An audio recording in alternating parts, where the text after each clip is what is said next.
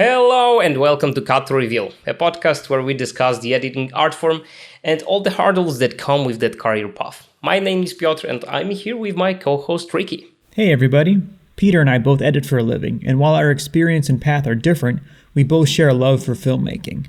And even more importantly, we have a strong focus on improving our editing skills. We know that even though you can learn to do basic editing in like a few days, it really takes a lifetime to master. Today's episode is an interview Peter conducted in March 2021 with a filmmaker who inspires thousands of up-and-coming filmmakers. A filmmaker who, despite being successful, spends a lot of time helping others via his blog posts, YouTube videos, and Twitter spaces. A filmmaker who not only has valuable insights, but who walks the talk. Drum roll for the reveal, please. Time for an interview with Jim Cummings! Exactly!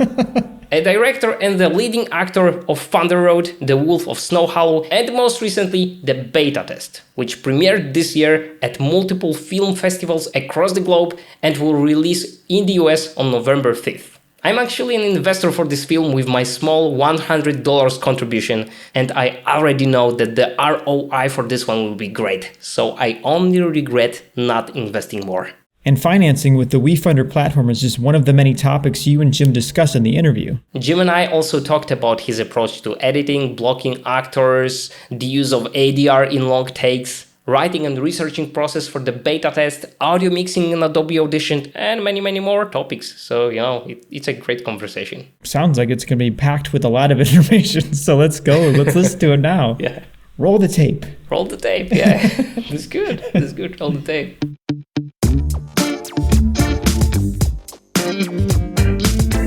Just let me start with a general question. Who planted a filmmaking seed in you? Do you have someone, who influenced you the most? Not really. I grew up watching Indiana Jones and Home Alone. And then I saw The Matrix when I was a kid because my brother had a copy of it on VHS and had seen it at a slumber party or something. And I wasn't old enough to watch it, but I remember watching it a whole bunch. And then that was a big influence on me. And then Fight Club came out on DVD in the 2-disc box set in the States. And I watched that 1,000 times. And then I watched The Royal Tenenbaums 1,000 times. I don't know. I was watching a lot of art films. I was watching a lot of Tarkovsky and Criterion Collection movies for 8 years. And then Children of Men came out in theaters and I saw it twice in one day. And it was kind of everything that I knew is possible with movies, of doing long takes and also having it be a humanist story that was really graphic and also very funny. And so that was the biggest influence on me. And then I saw Krisha at South by Southwest, having been friends with Trey since he made his short film of Krisha. But seeing that movie in 2015, it was just kind of perfect timing where the digital revolution was happening and people were making movies in their backyards. But Trey, I think, really started it for me. I don't know. I don't think that I would have gotten off the couch to make movies. So Krisha, I always cite as the reason why I'm making movies the way that I am. And then Children of Men was the big Hollywood movie that got me to make movies the way that I am too. You wrote the first draft for Thunder Road in 5 days. You also had a first draft cut in 2 days after shooting. Is that true? Yeah, that's right. So on set, Brian Vanucci was our editor, and he was doing a lot of the assembly editing for many of the scenes. A lot of the scenes are long takes, so it wasn't too crazy. But the way that we like to make movies is to involve everybody who's working on the film in the edit. So it's constantly an open door and anybody can come in and learn or, advise. So Brian was editing the movie in my character's bedroom. So in Thunder Road, when I go to sleep, right before the big police chase montage, that was where Brian's room was, and he was just editing the movie. So when we had to shoot that scene, we had to pull Brian's editing suite out and then move it back in. But yeah, the whole time he was there in the Airbnb where we were shooting, editing the movie. So we had a working pass because I guess we were trying to submit it to Sundance 2018. So we shot it in November and we ended on November 20th. And then by November 22nd, we had a screening at the Austin Film Society with Michael Tully and really wonderful Austin filmmakers who came out to support. Keith Maitland was there. So many wonderful producers who were in town came to this like little, theater, and we watched the movie, and they gave wonderful notes. And that became kind of the working cut of the movie, based on that one test screening. Yeah, many directors and I think editors as well, like, are afraid of showing what I call like a script cut, where sometimes you discover early on that this scene doesn't really work, but you were open to show it to anyone, right? Is that true? Yeah, we do that for the majority of our movies too. So like for the Wolf of Snow Hallow, I was editing it in this like little room underneath my loft office at Vanishing Angle, that we had like specifically built out for the production kind of. So like Matt Miller, the head of the company, had like done all this contracting work to like build out an editing suite. And so I was down there, and it was constantly an open door because like I needed ventilation so everybody could kind of come in and see where we were with the progress of the thing. And it was just so helpful. Like the majority of the people in the Vanishing Angle community are filmmakers of their own. So it was nice to have somebody come in and be like, oh, you could change this, or like, this joke isn't really working. Maybe if you lengthen it, like, the head of this shot a little bit longer, it could be a funnier punchline. Small things like that like helped to make the edit of the movie feel more alive than like me, being alone and hoping that the jokes work, I guess. That's amazing. I find it very, very inspiring.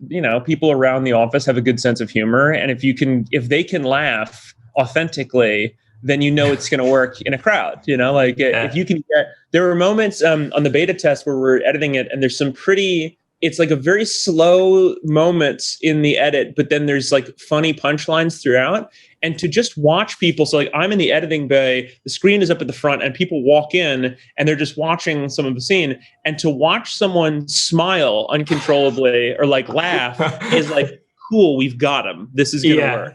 That's gold. Yeah. And so that's very helpful to me. It's also like a great encouragement in the editing room where you're like banging your head against the wall at 4 a.m. alone. And you're like, is this working? Am I crazy? To have that kind of confirmation is like nice roadblocks throughout the editing process to make sure you're not crazy. Sometimes you don't even know that it's not working. So like that's another. There are times where like I wanted to, fit in this like thing at the end of Wolf of Snow Hallow that was like an homage to the character's mother leaving. And then we did like these test screenings, and my buddy Jordan Michael Blake, who is a filmmaker, was like, yeah, I don't care about that. Like, show the dad stuff. Show like, Robert Forster. It's his last moments on the silver screen. That's what I care about. And so we put that stuff in the slow-mo of me like walking in the parking lot with him, and it worked. It worked better. And I could not listen to anybody during the edit. I was like, no, this like mom thing is going to work. And it was for a long time. I was very difficult about it. And I was like, this is a better version of the movie. And I was wrong. I was very, very wrong and very stubborn about it. So it took having these like big test screenings for me to snap out of it, to be like, if audiences don't give a shit, then you have to change the movie. I love it. My main focus is always editing. It's kind of funny because you are the one who is kind of famous for his, one take short films, right? Oh, sure. But the way I see it actually is that editing is actually blocking, right? So I'd like you to talk about, how you block actors and action, basically. Yeah. So for Thunder Road, it was easier. Actually, for like all of my movies, I kind of rely on my performance for the long takes. So like in the writing process, it's me acting it out 1,000 times and then imagining where the camera is going to go. And then we show up on the day after I've rehearsed it so many times, and we practice it at like 1/8 of the speed. So like I'll be like, and then I'm talking to this person. Are we good? Focus is good here. Boom mic is good here. Okay. Framing should be like this. Yeah. Okay. And we kind of crawl through each long take in that sense to get it to be how I'm imagining it. And then we shoot it at like half speed, and then we shoot it at full speed. And then once the take is done, where we actually kind of get it, everybody comes behind the monitor and we all watch what we got. And it's a bit like watching football of like, oh, this is working. Okay, great. Yeah, this is really wonderful. And it's literally everybody in the cast and crew. So every department head can go, cool. Like if the props department is like, we can't see the guns, we need to like pull the belts up, or like, the cop car isn't in frame enough, or we're kind of like blocking each other. So maybe I'll pull the car back a little bit. Like all of that kind of stuff is so valuable on the day to make sure that it's perfect when we're recording it. So I guess that is a bit of editing. Like it just happens all beforehand, and then a lot of it in real time. It is. I like to say that editing is the art of revealing information. Yeah, sure. My favorite editing is that kind of filmmaking. Like if you watch early Hitchcock, like Rope, particularly, Rope is like almost all long takes. Yeah. And when they cut, it's on a very important moment of like when Jimmy Stewart realizes what's going on. It's like somebody says this faux pas in the middle of a party, and then it cuts to Jimmy Stewart close up, and he's looking between the two characters, and it's like, you know, something is going on. It's like this important moment that the audience is like, oh shit, like we're present in this moment. My favorite kind of filmmaking. And to do that, to weave the edit and the physical production of the movie, it makes the audience feel like they're being guided through this thing. And it kind of can sometimes be these kind of comedic and dramatic punchlines as well, where it's like the audience can feel much more emotion because they're like in the hands of the filmmaker. Oh, yeah. And then also when the filmmaker does something goofy or funny, it's a funnier joke and they laugh. It's good. Your character in Thunder Road is kind of, he's sometimes a little bit slower, right? Than 100%. Yeah. My favorite kind of character, where like it's someone who's really endearing to watch. And then like you're kind of waiting for the next joke. And the next joke is always like, oh, what is he going to reveal about himself now on accident? And that's what's funny. Another question about the one takes, because I wonder, like, for example, for the robbery, there is so much going on in that short. Are you ADRing everything later? Or is it actually possible to have that kind of quality of production audio? The robbery was insane. There wasn't much ADR of Ray Gray because we had a boom mic on the rig itself. So like, and we never moved very far away from her. So we were kind of like always next to her. And it always had this consistent quality of sound that is really almost impossible to recreate with ADR, that you are in the scene with the person where like, even if the audio is shittier, the audience goes, oh, this is real in a funny way, instead of it being, you know, forced on in ADR. So in that film, no, there wasn't, but there's 1,000 moments in the Thunder Road short where like just the microphone placement was in my tie. Mm-hmm. And so there are moments when I'm doing dancing while speaking and there's all of this ruffling sound. And so I had to go in and do ADR specifically for the dance stuff to make that work. I mean, we do that kind of hidden stuff all the time. And then for the robbery, we also did stuff like Danny Madden was my creative director on that film. Danny's a director as well. But there were times where I would wrap picture and be like, all right, cool, we got the shot. And then Danny would take the sound team and then go to the different actors and get just like guttural sounds out of them of like, oh, or like weird things in the space. And then like shouting things to be able to get that in case we need it. Like the guy at the front register, we didn't have a mic on him. So we just put the boom mic on him after we shot the thing and had him scream a bunch of stuff. And then we layered that stuff in afterwards. Like, although with long takes, you think that there's not a lot of editing, there is a whole lot of editing that goes into that stuff of like, you know, panning of audio to get the audience's attention to one side of the frame. So they're already looking on that side of the frame when the thing comes into frame. Like there's a lot of like direction of where the audience's eyes are on screen. That's very important and is editing. You just finished your third feature film, the beta test. Yeah. And you financed it via WeFounder, right? What's your experience with it so far? Like, will you finance your next feature film this way? I hope so. I think so. I was talking to a journalist the other day and they were like, well, when are you going to do a big Marvel movie? And I was like, I don't know. Like, I'm not getting people knocking on my door to do that. I do weird movies. Like I'm doing different kinds of movies, but we have friends who are working with Marvel and making bigger stuff.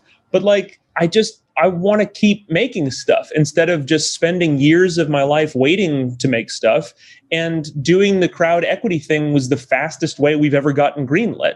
And there hadn't been many films on the platform yet. I think there was only about 3 films on WeFunder at the time. And so by looking into it, we were like, this could be a really clean way to have a great interaction with audiences and investors and maintain a quality control of the filmmaking to make sure that it's perfect before it goes out the door.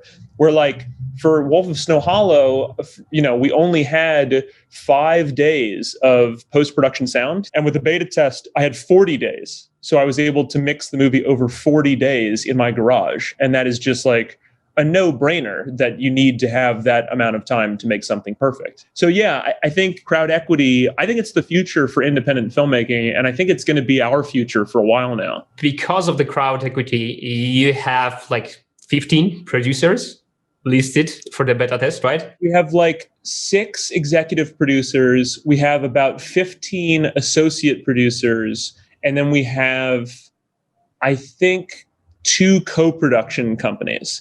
But if you look at like basically any international movie, that's how it is. Like when you're looking at movies that do co-productions, the entire opening credits is like 15 different companies. If you watch especially like Satoshi Kon movies, like animations, they like for feature filmmaking for animations, it takes like 40 different co-production companies to finance stuff like that. So like, I don't know. I think because this movie was so international in the first place in its story, it kind of felt perfect to be able to do that. You don't feel like there is much pressure from producers on the film? No, certainly less. When it comes to making movies at all, you're always going to get notes from the people who finance the things. But really, with WeFunder, we haven't had that. Like, from the very beginning, all of our largest investors got the joke and like they were down to make this movie. And then spreading it between so many different investors, it was less risk for them. Whereas if somebody had put forward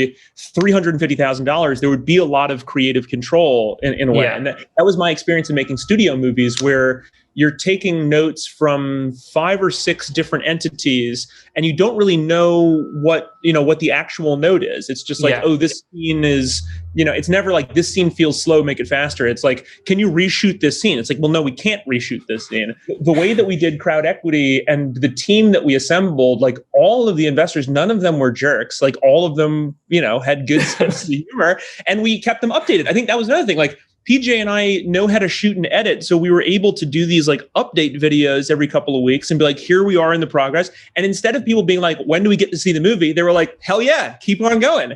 And what's wonderful is because the film has gotten into Berlinale and other giant film festivals, which is crazy, I think the investors are just stoked for the prospects of the movie. I mean, obviously, like we're doing sales right now, and there's no question we're going to be able to make a lot of money doing this movie, and that it was a good investment. That's its own thing. But also, it's just a nice kind of prestige thing of like, yeah, I own part of this dope fucking movie, Yeah, it is. Isn't that cool? I think it's great. I think it's like absolutely the future, where I know other filmmakers will do Patreon or will run a Kickstarter campaign, but the fact that you can actually be a part of the movie and own it, and like we can just send money to your bank account for the rest of your life, that's a really cool thing. I think this really is a very clean and wonderful way to be able to make the movies that we want to make. And if y'all like them, I'm going to keep making them. So awesome. Before we go on, we're going to take a short sponsor break. Cut to Reveal is brought to you by Studio Network Solutions. SNS is helping video teams all around the world to transform the way they store, share, and organize media. SNS combines high-performance shared storage hardware with intuitive media management software, remote editing tools, and integrations for all major NLEs, including Avid, Premiere Pro, DaVinci Resolve, and Final Cut Pro. I've been using it myself, and Share Browser, their mom software, is definitely something anyone working in post-production will appreciate. Not only does it allow you to manage and create metadata, tags, etc., but it also lets you download preview files that you can use for proxy editing. These low-resolution files are automatically generated once you drop the footage on your Evo, thanks to their unique Slingshot API that can automate many processes for you. Let's face it, there is no such thing as too much storage for our projects. But the more storage you have, the harder it is to find what you need. That's why their Evo shared storage servers provide high performance for real-time 4K or even 8K editing, and also include an entire suite of features designed to help you organize and manage your media. Visit snevo.com for more details. And now back to the podcast.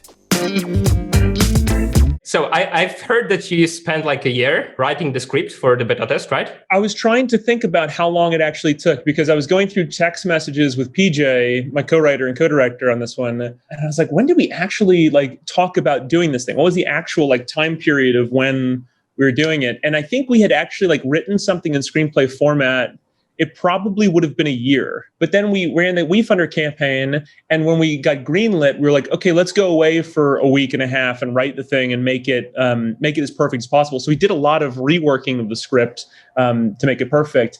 And then another thing is, like, when you're on set, Thomas Cross, who is our coordinating producer, is so funny. And so when I'm in the makeup chair and he makes a joke about the scene we're about to shoot, I'll go, I'm going to steal that joke and we're going to put it into the movie. So it's constantly changing in a way. And then, like, there's a bunch of ADR, there's a bunch of like things that we fit in. So the movie, although the script is exactly what we shot, it's always changing. And, like, you know, even with Thunder Road, we were changing things minutes before we shot it that ended up in the movie. So it never stopped. What do they say? A piece of artwork is never finished. It's abandoned. It's abandoned, yeah.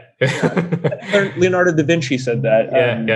It's very true. Can you describe, like, what the research process looked like for this one, especially because you were writing it with PJ? Yeah, sure. So when we first started writing it, we knew it was going to be about somebody in finance. And then when we started actually, you know, writing it in screenplay format, I just thought it'd be funny to do it about an agent. And then we got through the first draft and then sent it to our friends who are screenwriters, the McManus brothers.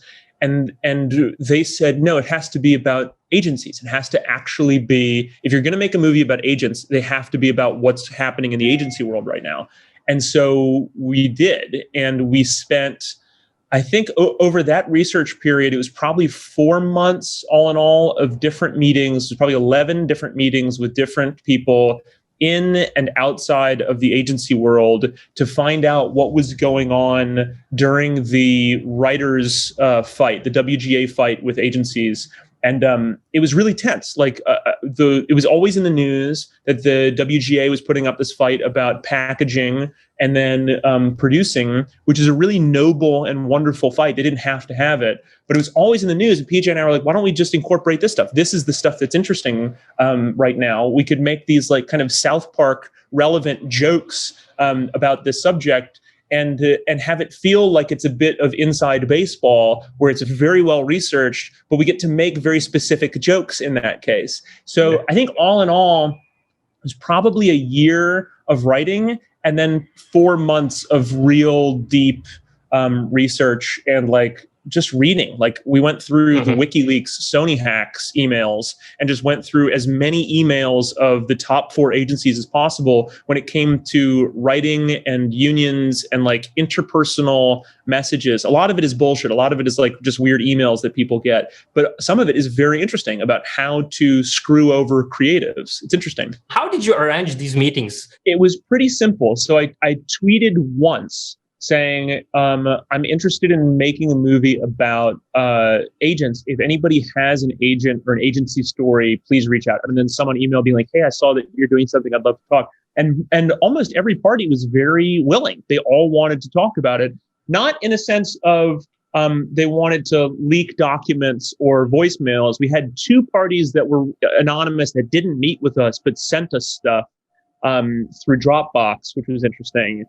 I think those people wanted to do the kind of WikiLeaks thing, but for the most part, I think that we had, you know, agents, ex-agents, assistants, and ex-assistants reach out to us just to talk about like, oh, you don't even know half of it. Like the whole goal of theirs was to be like, it's crazy, and that's not even the craziest stuff. And so like a lot of that testimony interviews ended up making it into the story in different ways. Some of it verbatim, like the ugliest stuff of me shouting at assistants and stuff is direct verbatim from an assistant's testimony at one of the top 4 agencies. So it's possible that the agent that screamed it at the assistant might see the movie and go, wait a second, that sounds familiar.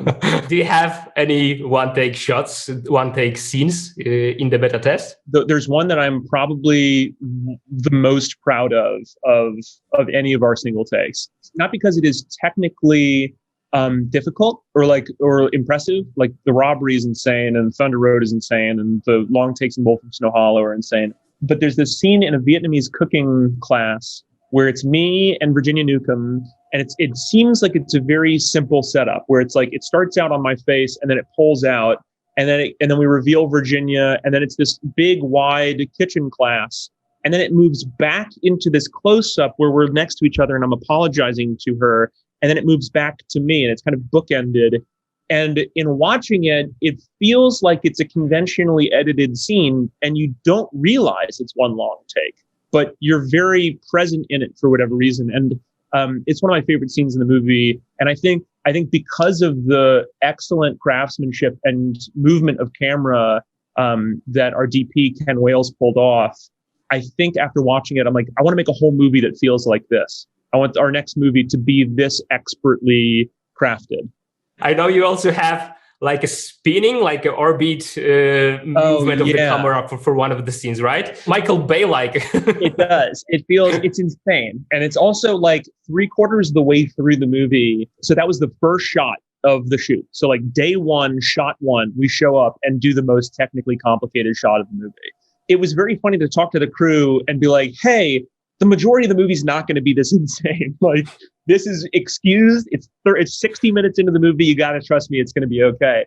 But Ken Wales and I had built out a diagram of how you could possibly get this thing. And it was really interesting. So the idea is Ken built this bar across with like a circle in the middle. And on one side was a light with a weight on it. And then the other side was the camera. And then we built 2 bars. So there's like a motor here, and then bars that go across that go into the bar. It's insane, but it rotates, and it rotates around us perfectly. So we had to find the exact dead center to make sure that we weren't hitting the camera or the weight at all. And it's fucking ridiculous. It comes up in the middle of the movie and you're like, wait a second, how are they getting, what is this? Like, it's really neat. It's like PJ explaining social media and like targeted advertising in a cool way. And it makes sense in the movie. But when people are watching it, they're like, how the hell did you get that shot? It's neat. And now I know. Yeah. So listen, there is a preconception that a director shouldn't edit his own film. Like, I think that's a preconception in Hollywood. I mean, there are exceptions. Like, for example, Sean Baker is one, right? So what was your thinking behind making that decision? I mean, I was also an editor. From a very young age, I was like recreating scenes from The Matrix. And I cite that as like the early days of editing. Like it's a weird thing where I was doing it for fun and like to make my friends laugh and doing short films. But really that was kind of getting me to, closer to mastery of, nonlinear editing. And so I'm so glad that I spent my childhood doing that stuff in a weird way. And so I was just the best candidate to do it. I always say, like, when you're making a movie as a lead actor and as the director and writer, if the movie isn't good, it becomes this identity crisis for you where you think that you're not good or that people are going to make fun of you.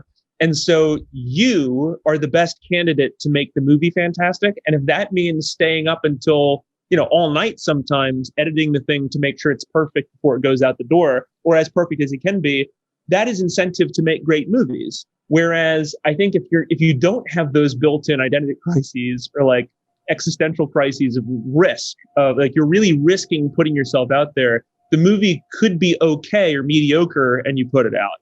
And so I have such a really deep connection with the movies that I'm making, not just because I'm in them, but because I have so much to risk. And I really want to make sure that we put in the due diligence to make the movies fantastic.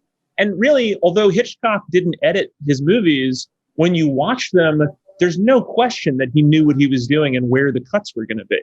I think that is an interesting preconceived notion that a director shouldn't cut their own movies, but we never really had any money. And the amount of work that I put into the edit of the beta test, I spent 14 months editing and sound designing this thing. It would have cost a fortune. Looks like you like to put some discomfort in yourself. You have to. I mean, that's another thing of like, we don't have the ability for it to be comfortable yet. And I think that discomfort, Guillermo del Toro said, when money comes in, you're far less likely to be creative. He says, like, when that becomes this comfortable thing and you're not able to find the cool workaround with practical effects to make something cool or creative. And I think that's true. Like, because we didn't really have all of the ability to, make big budget movies, it's kind of forced us to be creative. And it's wonderful. Editing is amazing. I love it. It makes you so much better at so many things, of like being able to understand how conversation works, being an editor, like understanding the art and flow of how people speak to each other or how images get put together. I find it to be valuable outside of, the computer. I find it to be helpful in the real world as well. We had an interesting post-production process on beta test where I was very stubborn because I didn't, basically for all of my previous films, we would edit in Premiere and then have to transition into Pro Tools, in which case you lose a lot of the hard work that went into it, a lot of the leveling. It's two different companies that make those softwares. Yeah. And so it was a nightmare anytime we would move over, and a lot of the creative process would be lost and we'd have to like spend 2 weeks just to get it back to how it was beforehand before making it any better. And I didn't want to do that this time. So I reached out to Adobe to see if they would like be okay with us editing the movie in Audition. Yeah. And like if that would be possible at all to do a feature film in Audition. They're like, some people have done it, it works. And I was like, well, it has to be 5.1 surround. And our sound mixer, John Bowers, found a way to hack the program to be able to mix in 5.1. And I'm never turning back. It is the fact that you can use the same keyboard shortcuts that you're working on in Premiere and do a final mix of a movie so that you don't have to hand your fucking movie off to somebody who doesn't care about it as much as you do is so freeing. And I think just that one technical shift of being able to mix movies on your own and color movies on your own is going to change the way that independent filmmaking is made, where you literally can do everything by yourself on a laptop if you want to. And this was the first time that we did that. I really think that this could be a huge shift in the way that movies are made. And the only thing that I can cite as to why it's going to work is because I knew how to edit in Premiere. It's a wonderful change for me, and I don't think I'm turning back. Love it. I'll give it a go next time. It's great. Seriously, it's really cool. And also the functionality where you can like select a certain selection of the audio that you want or the video that you want, and then go to edit and then edit in Audition, and it'll create a new project file and you can mix it yourself. It's unbelievable. It's like, it is so clean and perfect. And you don't have to move into a clunkier software like, Avid or Pro Tools. You can just do it inside of the same family of software. It's fantastic. Yeah. That's actually very interesting. I've never thought you can actually mix a feature film in Audition. We did neither, and it was crazy. So in order to save money on it, we saved money for the WeFunder by buying 5.1 surround sound speakers, and it cost $4,500. We bought it from Guitar Center. And then they have a 45-day return policy. So we mixed the movie in the 45-day period and then returned it all to save money for the investors. And that's how we made it. No way, I love it. That's amazing. Did you color it in Premiere? So I did the first pass in Premiere. We used like a LUT that was from Panavision, and then I did some like tweaking to kind of level it out, and then our colorist at Vanishing Angle came by for 3 days to do a pass that we played at Berlinale. But I might be doing another pass on it because we're doing it all in-house. I have those project files now. It's not like usually when you're doing that sort of thing, you go to a color house or you go to a mixing house, and they have the project file and they have their own filters that they put onto it. So you can't move that file to another place and ensure that it's going to be identical. Whereas now it's all on my hard drive. And so I could take this file into any mixing studio that I want and do it, identically. And the same thing goes with Resolve, where I can just open up the project file, hand it off to another colorist, and they can, make it look perfect. That's good. Isn't it? I don't have to deal with any of this other bullshit. Wow, that's great. We're so free now. It's wild. I also wanted to ask you, did any restructuring happen throughout the editing process? Or is it the same way it was in the script? For the Wolf of Snow Hallow, there was a lot of restructuring. We sent the first pass of the movie, maybe the second cut of the movie, to the studio. And they were like, yeah, no, why don't we move these scenes around? And the whole time I was like, well, because then we lose these punchlines, and these punchlines are so strong. And it's kind of like pulling at the strings of a sweater and watching the movie kind of fall apart. And we ended up getting it to a place where it works, and it's great. I'm very happy with that movie and how it turned out. It was a good amalgamation of different ideas and creative, but the beta test is almost identical. We had to do it that way. Like, we don't have a whole lot of money or schedule to be able to shoot and pull and improv. There's almost zero improv in the movie, in any of our movies, because of that. There are things that we did that were reshoots of like small inserts to help nail certain moments. Because we found in the edit that like we'd be doing these long takes and this cool kind of like Ruben Östlund style coverage of scenes. And then I was like, well, it's not as interesting. Like we could get like, very similar languaged stock footage. So like we do these like big over-sweeping drone shots that are constantly moving forward and then tilting up. And it feels very cohesive in the story. And we only do it about 4 times, but it's a nice breather for the movie. And all of that was found in the edit. Like there were things where we'd be on the Vimeo stock page and find this perfect shot of like the Facebook headquarters in a full 360 drone shot, and it's moving in the same direction that the camera is. And it's like, oh, absolutely, we have to put this in. It feels very stylistically similar to the movie, but all of that language is found in the editing process. Like, there's no way that you could do that in the writing. I mean, Scorsese obviously does that a lot. And like Paul Thomas Anderson with Boogie Nights, like all of those moments that are like quick inserts are in the script, and it's unbelievable. But for this movie, with the budget that we had, it kind of had to be done in the edit. Amazing. Did you delete any scenes for the beta test? We definitely cut the beginnings of scenes. There were moments where it like we would hold on my character looking at something, and then I would like come out of it and go into the scene, and it wasn't working with where the audience was. So like we would do, I mean, that's the biggest thing about editing a feature, is that it sounds really good in screenplay format. And then when you're watching the movie for 45 minutes, if something comes up at 45 minutes and it's not working, having just watched that 45 minutes, you have to change that thing. So like, that's why the last scene in every movie is always so difficult, because you have to watch the whole movie all the way through to see if that ending is going to work. It doesn't matter if it works in the script. It has to work in the movie itself for audiences that have watched the previous 85 minutes. So I don't think that there were scenes that we cut. We shot some stuff that was like a lot of coverage for some of the montages that we ended up cutting. But I think every shot that we shot is in the movie. It just might be trimmed. I wanted to ask you about an advice for, building relationship between a director and an editor, or maybe to reframe the question, like what are the qualities of a great editor for you?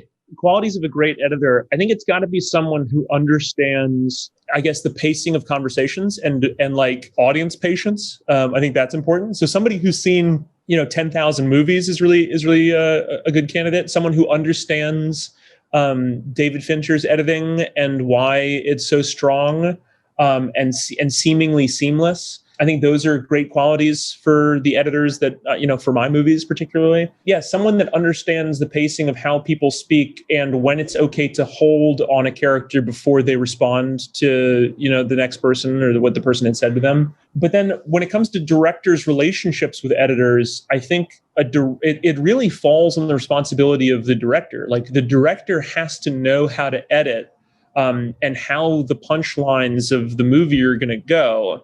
The editor can do all of that stuff and should know all of that stuff already, but it has to be teamwork. It has to be, and that's on the brunt of the director to know that stuff. There's 1,000 technical things that go into editing a movie, and the more that a director can know, it can feel much more like a relationship rather than the editor working with a clueless client, like it's a commercial project. A lot of that responsibility falls on the director. Most editors that I work with know what they're doing. Do you call action when you're acting in the scene as well? Clint Eastwood actually doesn't call action for his films. So he says just whenever you're ready. What's your take on that? If we're doing a big, long scene, I'll usually start several seconds out so people can kind of like get into the mode. And then once we're doing long takes, people get so used to it that like it feels much more organic than the first take that we got of it, for sure. I'll say action when I'm doing something, when I'm in the scene, but then with other actors, I'll usually say whenever you're ready. I'll be like, okay, cool, rolling. Okay, great. All right, cool. Keith, whenever you're ready. And then give them a minute to be able to live inside of the space and then start acting. I find that to be very helpful. It can be a huge jolt to have that happen. I know my buddy Danny Madden, when he directs, doesn't use a clapboard. He started out doing sound design, and now that Premiere has this synchronization thing, it's much easier to sync sound. And with like labeling, it's very easy. You don't need to have that interruption like in front of an actor's face to clap something. You just have to focus it and go for it. I think that's interesting. I don't know. I think I'll say action, and then for the stuff that I'm in, and then for other people, I usually don't. It really depends on the actors that you're working with. If it is a child, sometimes you do need to say action to get them to make them feel it. It's the one thing that they know. And then if you're working with someone who is like really in the moment, like for the end of the Wolf of Snow Hallow, Will Madden and I in the kitchen, a lot of that they would roll. And it would just be like me looking at Natalie Kingston, the cinematographer and the sound team, be like, and then going into the scene, and that's it. And it's like, and then it feels so much more. You're like battling somebody in a game of chess, and it feels so much more organic. That's my impression. That sometimes it depends on the scene, right? Sometimes you do need that action call out, a loud one, if it's an action scene or something like that. But sometimes it's better to just dial it down for the performance sake. Yeah. That's awesome. Been my experience. Yeah. You were kind of lucky to finish the beta test before the COVID. How do you feel it will actually affect the filmmaking industry? I don't know. So I haven't shot anything since. Not a commercial, not a short film. I'm taking COVID as seriously as you possibly can. So I'm treating it like it's a zombie movie. So I don't, it's affected me in that I haven't shot something for a while. But I kind of needed that, dude. Like, I hate to say that COVID was something that was very important to me, not just because I was able to take a minute and kind of reanalyze what I want to do with my life, but also I had shot 3 feature films in the previous 2.25 years. Oh yeah, that's crazy. I was exhausted. And then also, having come off of The Wolf of Snow Hallow, reorganized my priorities of what post-production should be. And the movie was also very secretive because of the subject matter. And I wanted to be able to keep it as close to my chest as possible before a world premiere, and before we sold it to people. So I really did appreciate having the time to be able to finish the movie in the way that we did. I think that the film industry is going to be fine. From every friend of mine who's still shooting on, safe COVID sets, and hearing stories about, people still being able to do stuff, I think the world will open back up by the summer, and because of the vaccines, and people will be back to work. And I think that's a great thing. I think that the revolution that, in my mind, Trey Schultz started with Krisha, that will be consistent. So people organizing their friends and family in a backyard to make a feature film has only become more easy to do. And if you can make something that is more interesting than what the studios are able to make right now, you can win that audience.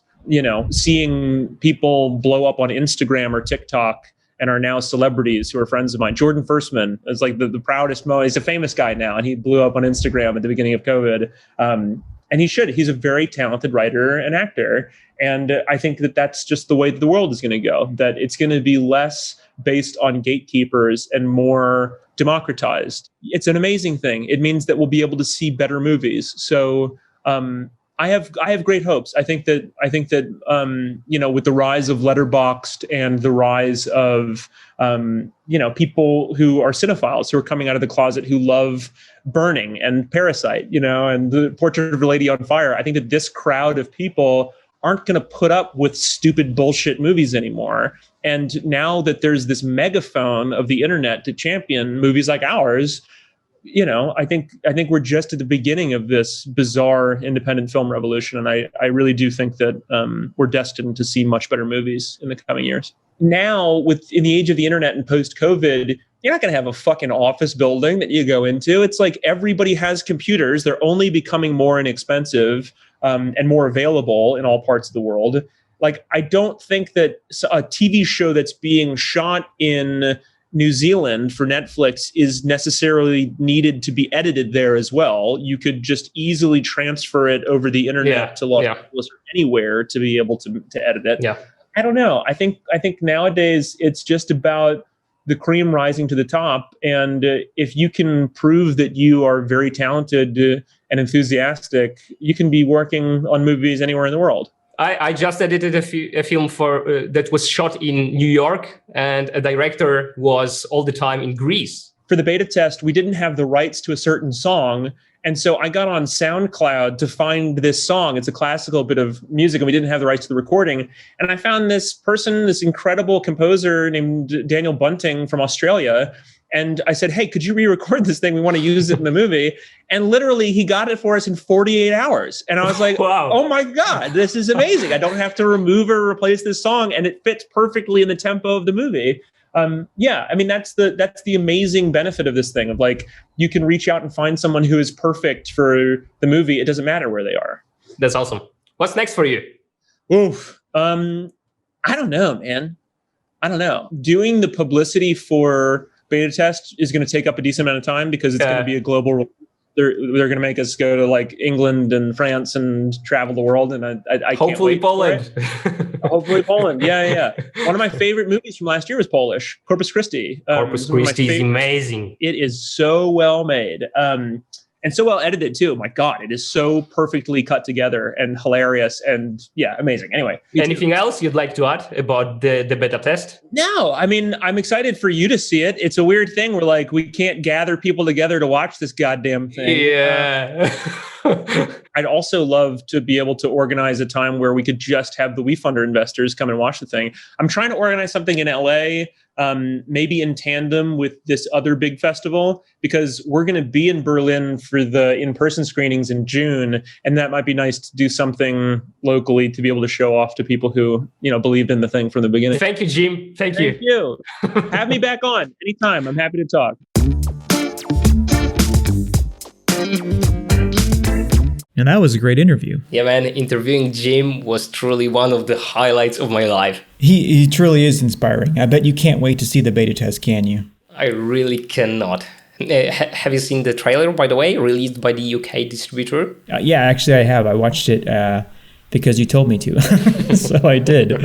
I haven't seen all of his films, but I've seen a couple of them, specifically Thunder Road and The Wolf of Snow Hallow. And this looks more intriguing than either of those movies. So, I mean, there's a lot of elements in here that I honestly did not expect to see from him. So I'm actually excited to see it as well. It looks really, really good. Yeah. This one he actually co-wrote with PJ McCabe.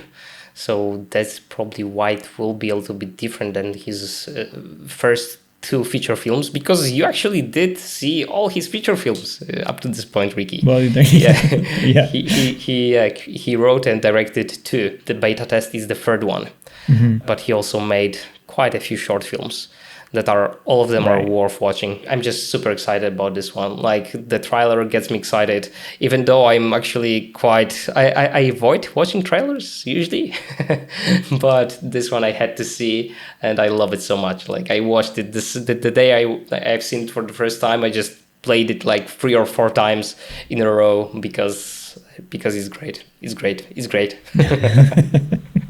That's fantastic.